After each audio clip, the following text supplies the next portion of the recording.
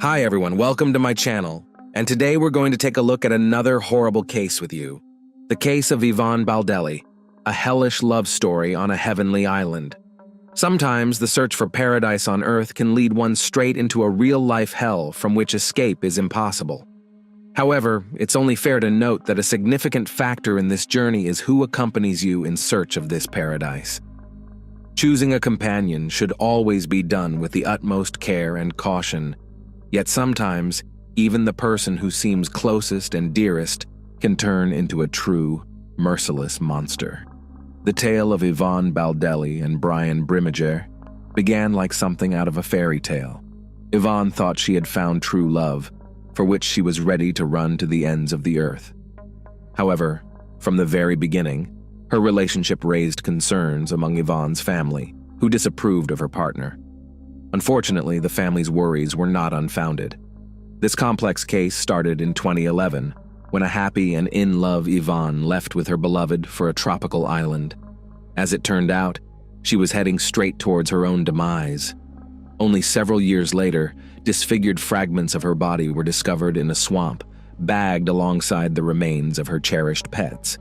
Yvonne's family exerted considerable effort to achieve justice, efforts that cost another family member their life. Who was Yvonne Baldelli? Yvonne Olivia Baldelli, née Fold, was born on June 30, 1969, in a small town in the southern part of sunny California.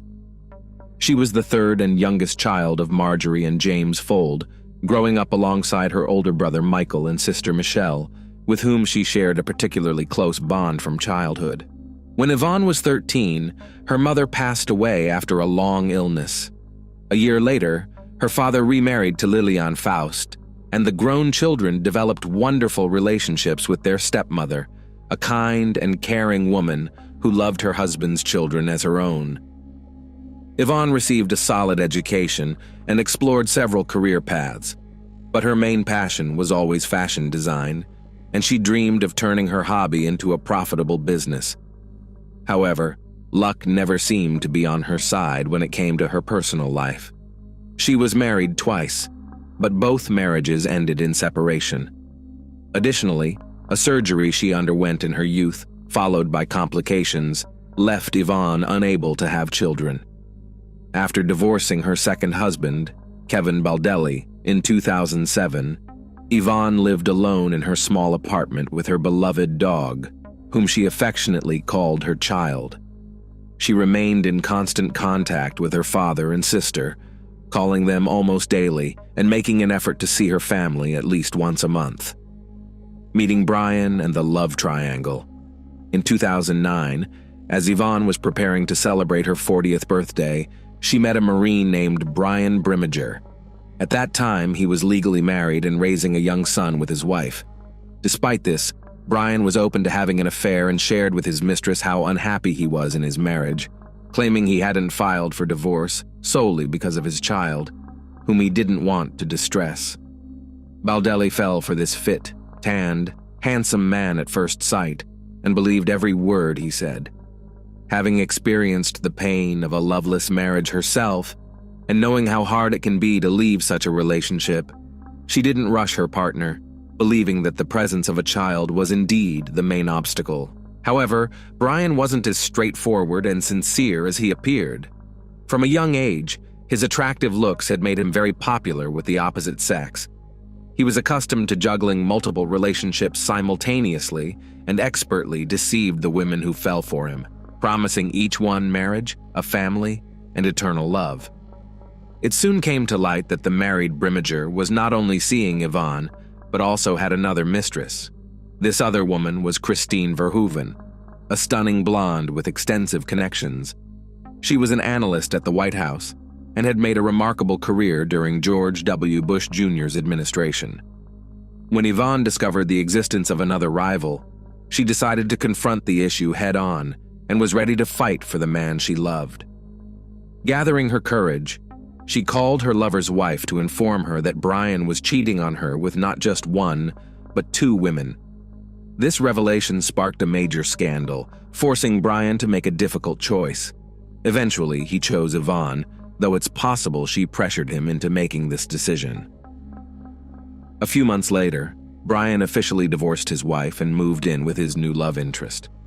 At that time, he was still serving in the Marines, but had been contemplating ending his military career for a while. The couple seemed genuinely happy, but Yvonne's relatives remained wary of her new partner, doubting the sincerity of his feelings. Moving to a tropical paradise. In the summer of 2011, Brian began to talk about radically changing his life, leaving the service, moving away from the bustling city, and settling down on a tropical island.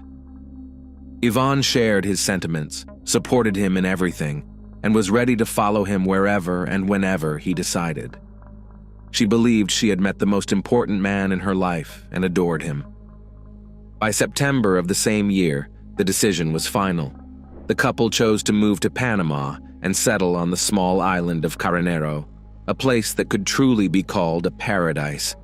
Yvonne informed her family just before leaving, so they had no chance to persuade her to reconsider. Yvonne sold her apartment, quit her job, and started packing for the journey. She took only a few bikinis, shorts, tank tops, and her sewing machine, hoping to fulfill her dream of opening a small boutique to create and sell custom outfits to tourists on the new island. In early September, Brian, Yvonne, and her beloved little dog flew to Panama. They spent a couple of days in the country's capital before taking a ferry to Carnero Island, where they rented a house right on the ocean front. The climate was hot and humid with little temperature variation, attracting a steady flow of tourists throughout the year, primarily diving and surfing enthusiasts. The island was just 1 square kilometer, so one could leisurely walk around it in about an hour. All the infrastructure was located along the coast, while the interior was dense jungle and swampy areas teeming with venomous snakes, spiders, and other wildlife, making it unsafe to venture into. Brian, who had been an excellent guitar player since his youth, brought his instrument with the intention of starting a musical career on the island, performing in entertainment venues. Within a week after moving, he had made connections with several local bar owners, and one of them happily offered him a job. He played in the evenings, entertaining the crowd, but his appreciative audience often bought him drinks as a compliment, leading him to drink heavily almost daily. Yvonne's business also developed very slowly, with weak sales and virtually no profit. However, she didn't lose heart. She started working at one of the bars and even adopted a second dog she found on the island and decided to keep. She communicated with her sister Michelle Valenzuela almost daily, sharing everything, but her messages became increasingly shorter and more somber, which worried her family. The first few months on the island seemed like paradise to the couple. Yvonne hoped that Brian would propose, and they would have a romantic wedding ceremony on the ocean shore. But time passed, Brian didn't rush into marriage, and their relationship rapidly deteriorated. The mysterious disappearance. In early December, Michelle stopped receiving messages from Yvonne, which raised her concerns significantly. Then, on December 14, 2011, Brian unexpectedly called Michelle, inquiring when he could stop by to pick up his SUV, which he had left in her garage before heading to Panama. This call and question caught Michelle off guard.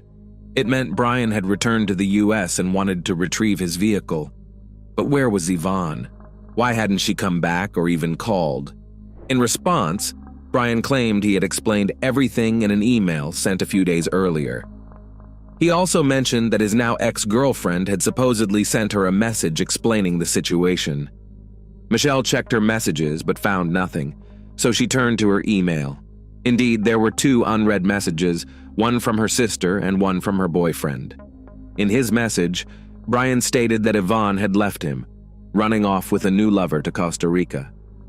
The other message, supposedly from Yvonne, claimed she had left Brian upon discovering his infidelity and learning that another woman had given birth to his child. It concluded with her saying she had met another man and gone to Costa Rica with him. The other woman turned out to be Brian's old friend, Christine Verhoeven, with whom he had been involved all along, and who was pregnant with his child when he and Yvonne flew to Panama. At first glance, everything seemed plausible and logical, especially since Yvonne couldn't have children. The news that her partner had fathered a child with someone else could have been devastating for her. However, Yvonne wasn't known for impulsive actions, and she would have certainly called her sister to discuss such significant changes in her life.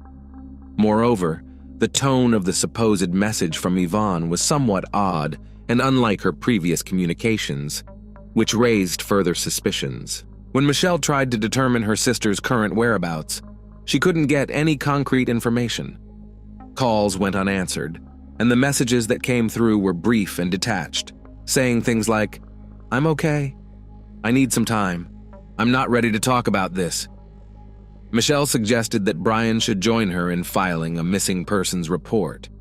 Brian appeared nervous but insisted it wasn't necessary, claiming Yvonne was fine, capable of taking care of herself, and would decide when to come home on her own.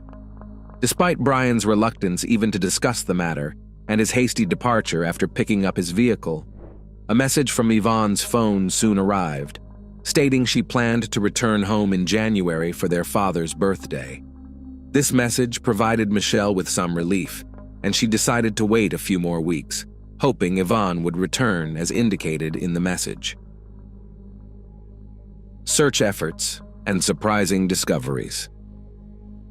By mid-January, not only had Yvonne not returned home, but she also hadn't called even once during that time, and her messages had completely stopped. Moreover, Michelle was shocked to learn that Brian had gotten married to the mother of his child, Christine Verhoeven, right before the new year, which seemed very odd since he had parted ways with his former girlfriend just a few weeks before the celebration. Concerned, Michelle finally went to the police and reported her sister missing, suspecting that Yvonne had not gone to Costa Rica. An official inquiry sent to Panama confirmed her fears. It was definitively established that Yvonne Baldelli had not left the country. Valenzuela then turned to her cousin, a programmer, to help trace the IP address from which Yvonne's messages were sent, determining their actual origin. It turned out the emails, supposedly sent by Yvonne from Costa Rica in December, were actually sent from Dana Point, California, where Brian was located. The same IP address was used for an email sent by Brian himself.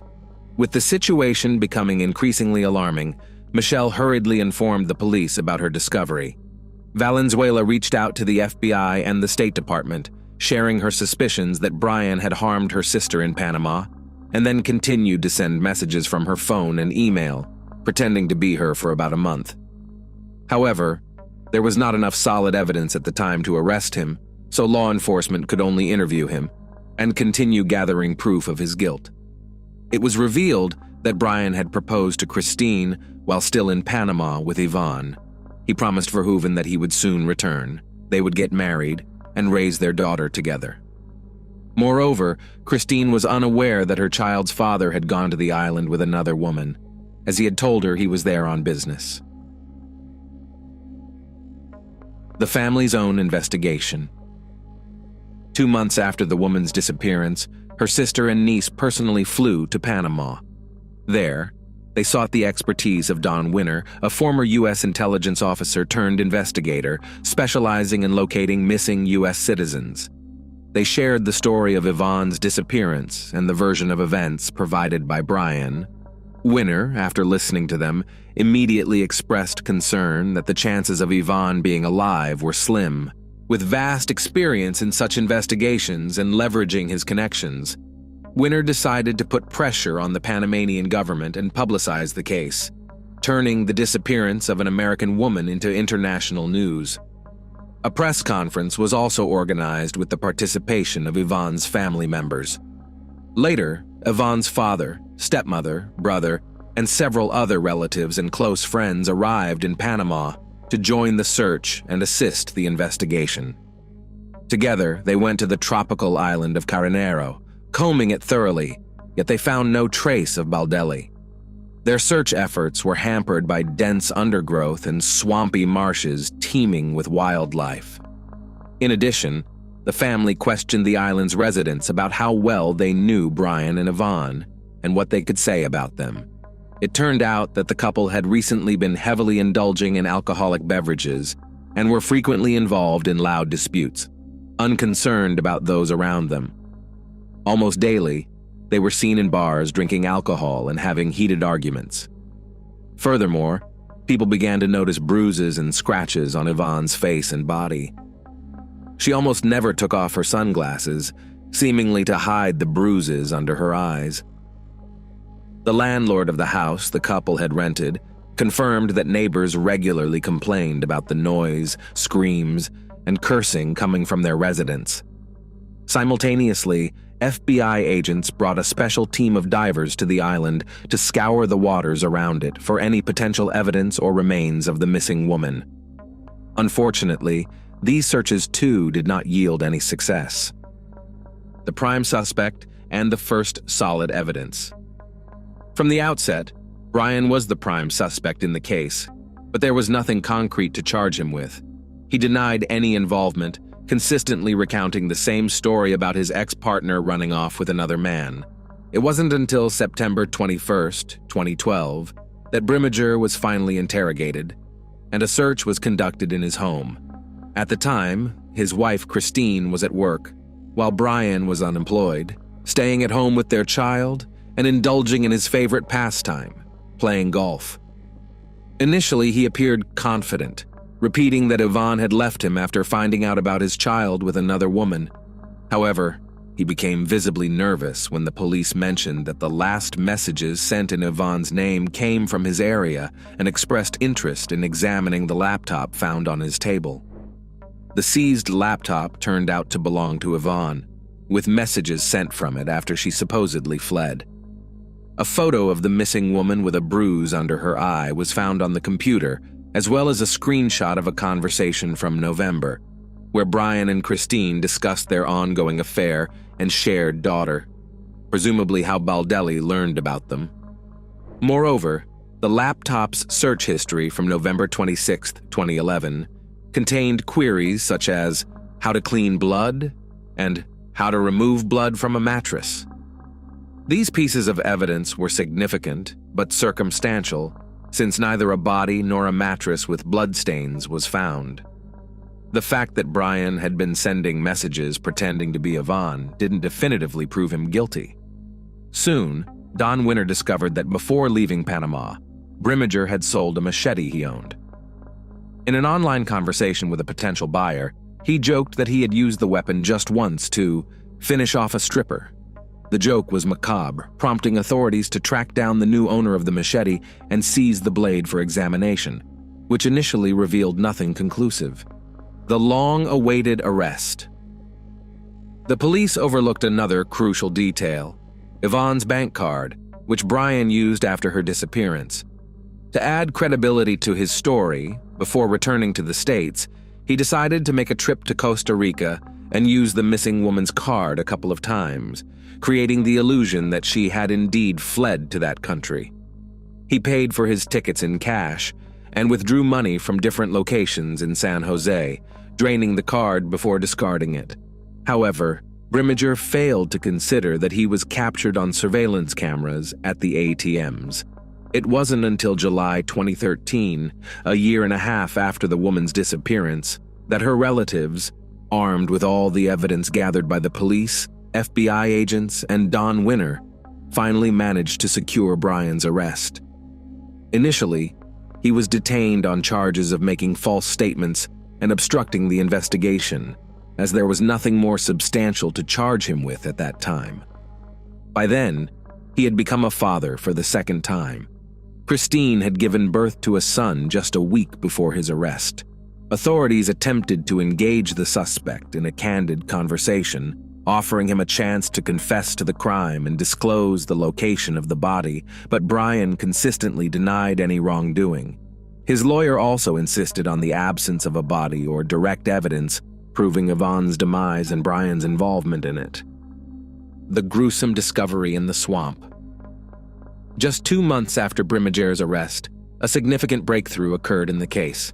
On the island of Carnero, a worker taking a shortcut wandered into the swampy underbrush and spotted an army backpack barely visible above the water's surface. Driven by curiosity and hoping to find something valuable or useful inside, he looked in the bag, only to recoil in horror at the sight of a human skull staring back at him. He immediately reported his find to the police, and responding officers took the backpack for examination. Inside were fragments of a human body, along with the remains of 2 small dogs. The remains had been chopped up, placed in the bag, and discarded in a location where it was assumed they would never be found. DNA testing confirmed that the human remains belonged to Yvonne, although limbs were missing. Pathologists also determined that she had been brutally beaten before her demise, with a broken nose, cheekbone, and several missing teeth. The demise of the dogs was probably orchestrated to lend credence to the narrative, as it seemed implausible that she would willingly leave behind her cherished pets on the island, suggesting a scenario where they were eliminated and laid to rest alongside their owner. When the chop marks found on the victim's bones were matched with the blade of the machete, there was no doubt.